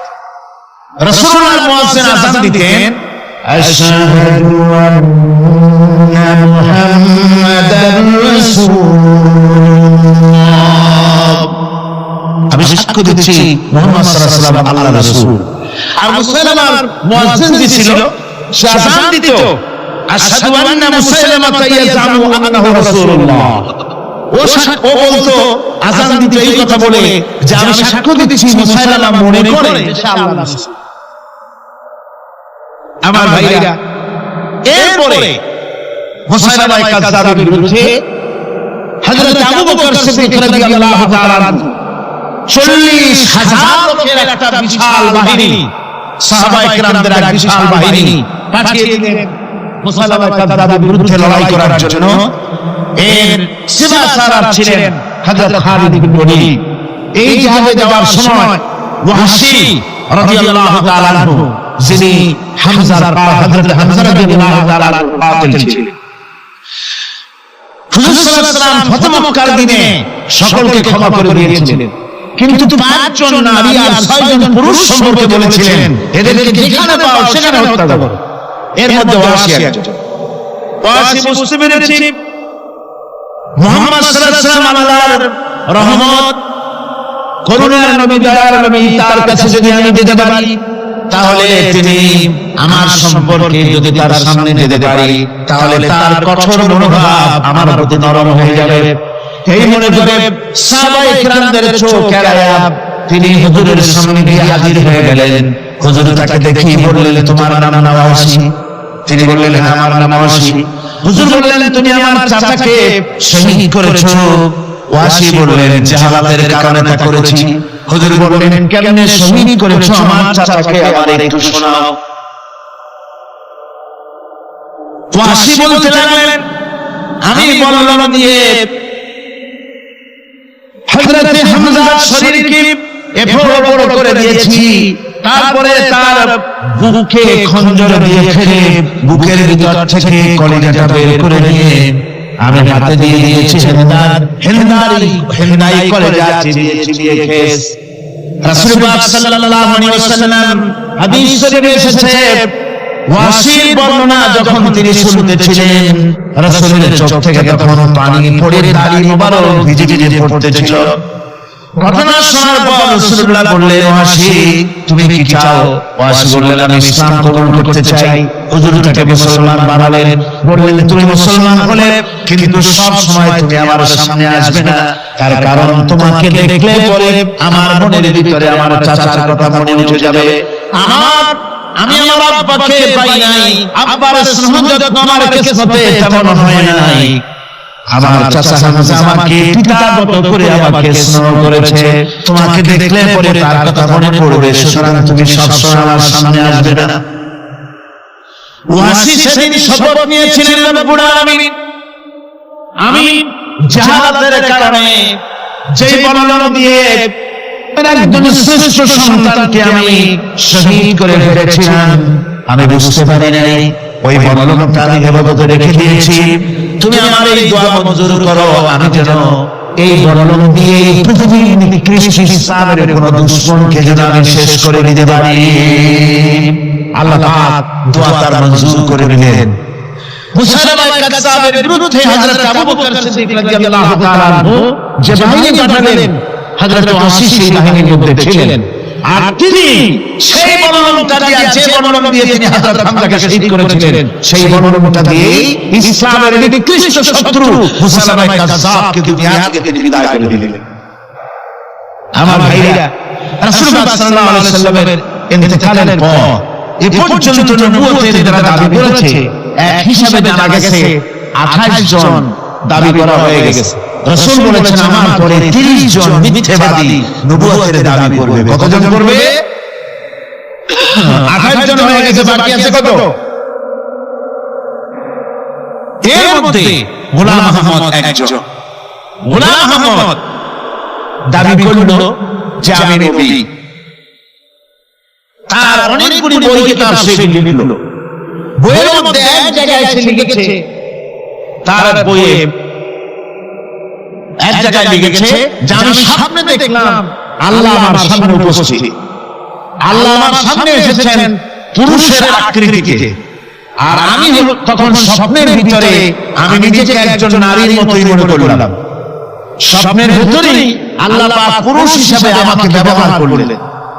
আমি স্বপ্নের মধ্যেই গর্ভবতী হলাম এবং স্বপ্নের ভিতরে আমি গোলাম আহমদ মসিহে রূপান্তরিত হয়ে গেলাম। নাউযুবিল্লাহি মিন যালিক। গোলাম আহমদ বলছে, আল্লাহ পাক ওহীর মাধ্যমে আমাকে জানিয়েছেন, আল্লাহ আমাকে বলেছেন, গোলাম আহমদ তুমি হচ্ছ আমার সন্তান তুল্য। নাউযুবিল্লাহি মিন যালিক। এইভাবে অসংখ্য মিথ্যে কথা দিয়ে বইপত্র রচনা করেছে। লোকেরা তার কাছে নবুয়তের প্রমাণ চেয়েছে। আসলে শরীয়তের বিধান হচ্ছে হুজুরের পরে যদি কেউ নবুয়তের দাবি করে, তাহলে তাকে সে নবী কিনা এর কোনো প্রমাণ তার কাছে চাওয়া জায়েজ নাই। যেহেতু প্রমাণ চাইতে গেলে বোঝা যায়, সন্দেহ হয় কিছুটা প্রমাণ দিতে পারলে তাহলে সে নবী হবে। কথা বুঝতে পেরেছেন? এই জন্য রাসূলের পরে যদি কেউ নবুয়তের দাবি করে, তাহলে তার কাছে নবুয়তের দাবি কোনো প্রমাণ চাওয়া যাইবে না। বিনা প্রমাণে রাসূলের পরে নবুয়তের দাবি যেই করবে সে কি হবে? জোরে বলেন, কি হবে? কাফের হয়ে যাবে। দুনিয়ার সমস্ত উলামা, সমস্ত মুহাদ্দিস, সমস্ত মুফাসসির, দুনিয়ার সমস্ত মুফতি সব একমত, কোনো দ্বিমত নাই। গোলাম আহমদ কাদিয়ানী কাফের, তার অনুসারীরাও তার জামানায় মাওলানা আতাউল্লাহ শাহ বুখারী রাহমাতুল্লাহ আলাইহি তার সঙ্গে একটা বহস হলো। যেহেতু গোলাম আহমদ বলেছিল যে আমার এই 40 দিনের মধ্যে কেউ প্রতিবাদ করুক যেগুলি আমার অধীন নয়। হযরত মাওলানা আতাউল্লাহ শাহ বুখারী রাহমাতুল্লাহ আলাইহি সেই যুগের একজন শ্রেষ্ঠ আলিম, তিনি বললেন আমি তোমার কাছে কোনো প্রমাণ চাই না তুমি নবী কিনা, আমি জানি তুমি মিথ্যাবাদী, তবে তোমাকে বলতে হবে তুমি এই শক্তি কোথায় পেলে। গোলাম আহমদ বলল কোরআন শরীফে আছে আমার এই শক্তির উৎস। কোথায়? বলল যে এই যে আয়াতটা আমি আপনাদের সামনে তেলাওয়াত করেছি, ঈসা আলাইহিস সালামের ওই কথাই গোলাম আহমদ বলল যে হযরত ঈসা আমার সম্পর্কে বলেছেন ইয়াতি মিন বাদি ইসমুহু আহমদ, আমার পরে একজন নবী আসবেন, রাসূল আসবেন, তার নাম হবে আহমদ, আমি সেই আহমদ। মাওলানা আতাউল্লাহ বুখারী বলছেন তোমার নাম তো আহমদ না, তোমার নাম হচ্ছে গোলাম আহমদ। তার অর্থ হলো হযরত ঈসা আলাইহিস সালাম যে আহমদের কথা বলেছেন তুমি সেই আহমদের গোলাম। গোলাম আহমদ বললেন দেখুন আমার নামের প্রথম শব্দ গোলাম, এটা হচ্ছে আমার লকব, আমি আমার নামের লকবটা ছেড়ে দিলাম, বাদ দিয়ে দিলাম, আর ব্যবহার করব না, তাহলে তো আমি আহমদ থাকি আপনি তো আর আপত্তি করতে পারেন না। মাওলানা বুখারী বললেন নামের প্রথম শব্দ বাদ দেওয়া যদি জায়েজ হয় তাহলে তোমার ফতোয়া দিয়ে আমার নামের প্রথম শব্দ বাদ দিয়ে দিলাম, আমার নাম আতাউল্লাহ, নামের প্রথম শব্দ আতা বাদ দিয়ে দিলাম, তো আতা যদি বাদ দেই তাহলে আল্লাহ হই, আর আল্লাহ হয়ে বলছি তোমার মতো গাধাকে নবুয়ত আমি দেই নাই। এরপর এই পৃথিবীর নিকৃষ্ট পাপী এই কাফেরের মৌত হলো কোথায়? জোরে বলেন এই কাফেরের মৌত হলো কোথায়? পায়খানার ভেতরে মৌত হয়েছে। আমার বন্ধুগণ, সুতরাং বাংলাদেশে যত কাদিয়ানী আছে সমস্ত কাদিয়ানীরা কাফের। সমস্ত কাদিয়ানীরা কি? আরো জোরে বলুন তারা কি? কাদিয়ানীরা মুসলমানদের গোরস্থানে তাদের মানুষ মারা গেলে মুসলমানদের গোরস্থানে তা দাফন করে না, মুসলমানদের জানাজায় তারা কোনোদিন আসে না, মুসলমানদের কোন মসজিদে তারা নামাজ পড়তে যায় না, তারা আলাদাভাবে মসজিদ তৈরি করে মসজিদের নামে গোলাম আহমদ কাদিয়ানীর অনুসারীরা